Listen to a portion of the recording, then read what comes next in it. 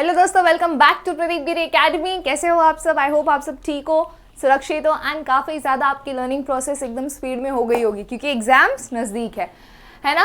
सो exams नज़दीक है तो सोचा कि कुछ टिप्स दे दूँ एंड में जाते जाते, बिकॉज एंड वाली टिप्स आपको काफ़ी ज़्यादा फ़ायदा करा जाते हैं। तो आपको तो पता ही, हमने जब हमारे जो वीडियोज़ में काफ़ी कुछ पॉइंट्स थे जो नोट डाउन किए थे, बट यहाँ पे उसका एक समरी देना चाहूँगी ताकि आप एग्जाम में वो गलतियाँ ना करो, है ना दोस्तों। तो समरी कुछ इस तरह से शुरू होती है टाइप से, कि टाइप्स ऑफ न्यूमेरिकल्स कौन से सॉल्व किए थे। तो हमने सबसे पहले सॉल्व किया था कंकरेंट। तो आपका जो फर्स्ट स्टेप रहेगा, हमेशा कोई भी मॉड्यूल पढ़ने से पहले ये वाली वीडियो देखना पहले ही, ठीक है। सबसे पहली चीज़ हमने जो शुरू किया था that was types of forces, कि कितने टाइप ऑफ सिस्टम होते हैं, टाइप्स ऑफ फोर्सेस सिस्टम।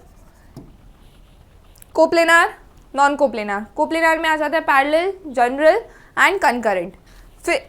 फिर हमने देखा कि टाइप्स ऑफ फोर्स सिस्टम होने के बाद क्या क्या ध्यान में रखना है, ये 3 टाइप ध्यान में रखना है, ठीक है। देन आपको दूसरी चीज जो ध्यान में रखनी है that is method of resolution. Method of resolution याद रखना है। रेजोल्यूशन में क्या याद रखना है दोस्तों, आपको 2 मेथड। एक, जब आपको 2 फोर्सेस दिए हैं तो आप क्या यूज करोगे, पैरेललोग्राम वाला लॉ यूज करोगे, राइट। और जब आपको 2 से ज्यादा 2+ फोर्सेस दिए गए तो आप क्या यूज करोगे दोस्तों, आपका वो नॉर्मल मेथड ऑफ रेजोल्यूशन ना, जिसमें आप क्या करते हो, समेशन ऑफ fx निकालते हो, समेशन ऑफ fy निकालते हो, फिर f का वैल्यू निकालते हैं हम लोग, fx का square plus summation of fy का स्क्वायर एंड थीटा निकालते हैं, that is tan inverse of summation of fy upon summation of fx। आप 2 फोर्सेस में भी सेम कंसेप्ट यूज कर सकते हो। देन फोर्सेस हमेशा कैसे होने चाहिए, रिजॉल्व। हॉरिजेंटल एंड वर्टिकल में कैसे होने चाहिए दोस्तों, रिजॉल्व फोर्सेस लेने हैं आपको, हमेशा याद रखना। तो उसको एक एक्सिस में इमेजिन करो कि मेरा जो फोर्स है, क्या वो हॉरिजेंटल पॉजिटिव है, हॉरिजेंटली नेगेटिव है, वर्टिकली पॉजिटिव, वर्टिकली नेगेटिव है। एंड इनकेस मेरे पास अगर इंक्लाइंड फोर्स दे रखा है, मान लो मेरे पास अगर इंक्लाइंड फोर्स दे रखा है, ऐसे ही, ऐसे कोई तो बार है, ठीक है, ये ऐसे बार है, ये बार का पहले मुझे एंगल दिया रहेगा, एंगल देने के बाद ये इंक्लाइंड फोर्स दे रखा है, तो इंक्लाइंड फोर्स को मैं किस तरह स्प्लिट करूंगी हॉरिजॉन्टल एंड वर्टिकल कंपोनेंट में। तो हमेशा जिसके साथ एंगल रहता है उसके साथ आपका फोर्स का कॉस कंपोनेंट आ जाएगा, एंड जिसके साथ एंगल नहीं रहता फोर्स का क्या आ जाएगा दोस्तों, साइन कंपोनेंट आ जाएगा। तो ये चीज़ यहाँ पे काफ़ी ज़्यादा इंपॉर्टेंट रोल प्ले करती है। देन लास्ट चीज़ जो आपको इसमें याद रखना है दैट इज, कभी कभी ऐसा होता है कि आपको ये रिजल्टेंट, ये F यानी कि क्या है दोस्तों, आपका रिजल्टेंट फोर्स है ना। तो कभी कभी ऐसा हो सकता है कि आपको ये रिजल्टेंट दिया है एंड बाकी के जो बचे हुए फोर्सेस है वो आपको कैलकुलेट करने बोला हो, तो बस आप वो टाइप ऑफ न्यूमेरिकल्स ज़्यादा सॉल्व कर लेना।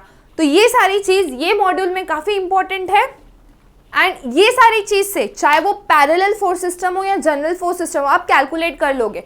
ज़्यादा कॉम्प्लेक्स हो रहा है इनकेस एंड में, तो सिंपल सी चीज़ याद रखो, हॉरिजेंटल फोर्सेस है तो ऐड कर दो, नहीं है तो वो इक्वल टू 0 हो जाएगा। तो क्योंकि पैरेलल में ऐसा होता है ना, कभी कभी वो वाई एक्सिस को ऐसे वर्टिकल फोर्स दिए रहेंगे या तो कभी कभी हॉरिजेंटल फोर्स दिए रहेंगे। देन आपको क्या करना रहेगा दोस्तों, या तो ये कर लो या तो ये कर लो, according to the given question, ठीक है। फिर उस हिसाब से आपका वो सारा सम सॉल्व हो जाएगा। इतना करने से भी, अगर आप न्यूमेरिकल में इतना भी प्रोसीड कर ले जाते हो, इतना भी कर लिए, तो आप लोग को आपका 50%, यानी कि अगर 10 मार्क्स का न्यूमेरिकल है तो 6 मार्क्स तो मिल ही जाता है। लास्ट के 4 मार्क्स कहाँ रहते हैं, वो यहाँ रहते हैं दोस्तों। लास्ट के जो 4 मार्क्स है वो आपको मोमेंट निकालने के लिए रह सकता है। अब मुझे एक बात बताओ, क्या कंकरेंट फोर्स, कंकरेंट यानी कि एक पॉइंट से जो फोर्स निकलते हैं या फिर एक पॉइंट के अंदर जो फोर्स आते हैं, उसमें मुझे मोमेंट लगाना पड़ेगा, नहीं लगाना पड़ेगा, राइट। तो मोमेंट कहाँ लगाना पड़ेगा, जब मेरे पास ऐसा बार या फिर कैंटिलीवर टाइप ऑफ स्ट्रक्चर दिया रहे, ऐसे एंगल पे स्ट्रक्चर दिया रहे, है ना। तो जब ऐसे फोर्सेस रहते तब मुझे मोमेंट कंसिडर करना ज़रूरी है। एंड मोमेंट की चीज़ याद रखनी है, वो कौन सी चीज़ है, यहाँ पे मैं आपको बता देती हूँ कि अगर मैं किसी पॉइंट से कोई भी फोर्स का मोमेंट ले रही हूँ तो मुझे एक चीज़ हमेशा याद रखनी है कि मुझे वो फोर्स हमेशा परपेंडिकुलर डिस्टेंस के साथ लेना होगा। कैसा डिस्टेंस के साथ दोस्तों, परपेंडिकुलर डिस्टेंस के साथ। अगर कोई फोर्स ऐसा है, क्या ऐसा परपेंडिकुलर डिस्टेंस दिया रहेगा तो ठीक है, लेकिन जब परपेंडिकुलर डिस्टेंस ऐसे नहीं दिया है तब आपको क्या करना है, सबसे पहले आप उसका वर्टिकल कंपोनेंट और हॉरिजेंटल कंपोनेंट निकाल लो एंड देन आप क्या करो, उसको थोड़ा सा एक्सटेंड कर लो, देन आप उसका परपेंडिकुलर डिस्टेंस निकाल सकते हो। सिमिलरली अगर मैं हॉरिजेंटल कंपोनेंट को एक्सटेंड कर दूँ तो इतना यहाँ से लेकर यहाँ तक मुझे इसका वर्टिकल डिस्टेंस मिल जाएगा। तो इस प्रकार आपका मोमेंट रहेगा। तो मोमेंट में गलतियाँ होने के चांसेस है, आप मिस आउट कर देते हो। कभी कभी 2+2 डिस्टेंस रहता है, आप वो भूल सकते हो। तो वो सब चीज़ आपको याद रखनी है ताकि यहाँ पे वो गड़बड़ ना करें हम लोग, है ना। एंड मेरा एक सजेशन रहेगा, न्यूमेरिकल की स्टेप हमेशा अपने दिमाग में उसको फिक्स करके रखो।